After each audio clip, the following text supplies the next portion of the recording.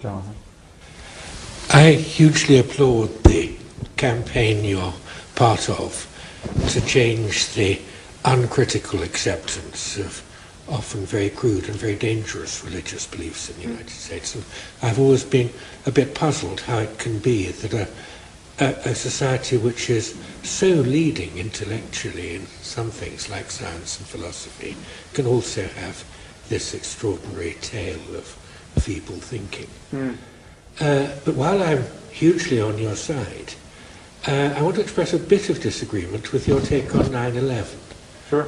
Because, well, anyway, I'm glad you had the take on 9/11 you did, because it led you to write these books. But I have a rather different take on it. You're struck by the fact that it was people who believed they were doing what the Prophet told them to do. I'm struck by the fact that lots and lots of people who believe in doing what the Prophet says and believe in that religion weren't in favour of this kind of terrorism.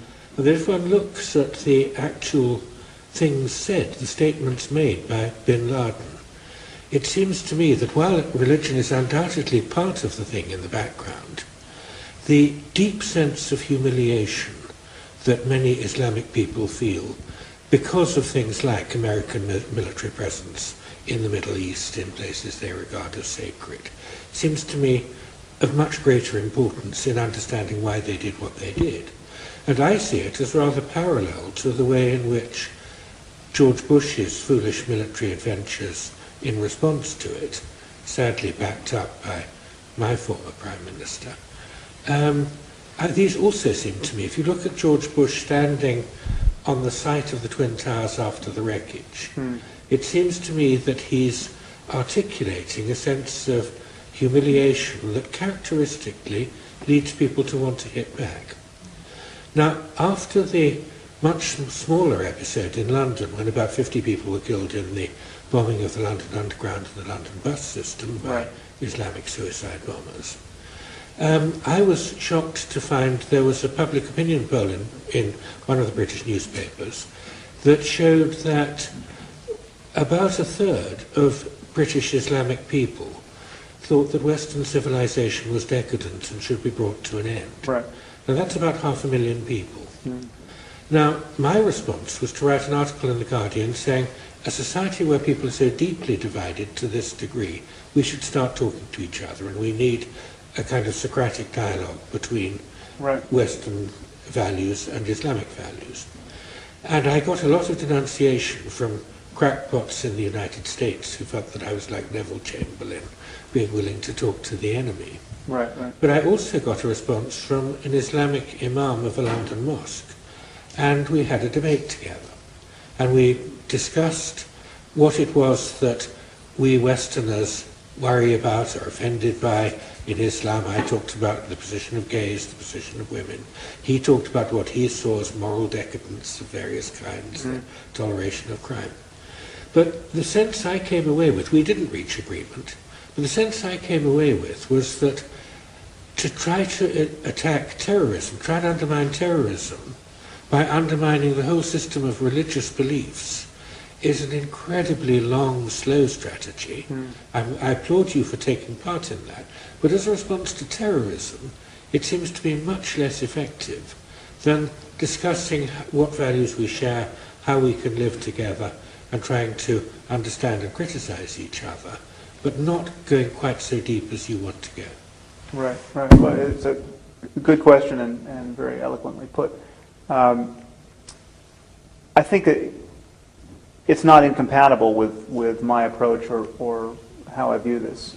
Clearly there are, I just imagine concentric circles of religious infatuation, and in the center we have people who are really, really down to their toes committed to their religious principles. And these religious principles actually are different as you move from religion to religion. I mean, as I've said before, no matter how fanatical someone becomes as a Jain, the core principle of which is nonviolence, they're not going to fly an airplane into a building over their humiliation or grievances, because it would be a repudiation of everything that they've organized their life around. And so it matters that at the core of Islam, there are principles like martyrdom and jihad. It really matters that Islam views itself as a religion that will be victorious in this world, politically and materially. I mean, that there will be a true Islamification of the planet. People will either convert or die, or Christians and Jews will live as called dhimmi, as in some kind of apartheid situation where they pay a protection tax. This is the view of moral order that you get from Islam, and it really is. It's not the crazy Al Qaeda, I just went to a training camp in Afghanistan Islam. It is mainstream Islam. And one of the problems we have is that many Muslims, for understandable reasons and some for really deplorable reasons, are playing hide the ball with the articles of faith and are eager to have conversations of the sort you have had from a very cynical and manipulative perspective. We're just going to keep having big families, and eventually it's going to be Eurabia, and the war will be won. There are people who really think in those terms, and they're not necessarily just the people in the center of the bullseye of Islamic infatuation. They can be several cantos out. Just the kind of people who would never blow themselves up, but who think it's a good thing that some people will. And they don't really care if they blow up non-combatants. And they view Danish cartoonists drawing images of the Prophet as a moral offense equivalent to dropping bombs on people or flying planes into buildings. And these are theological grievances.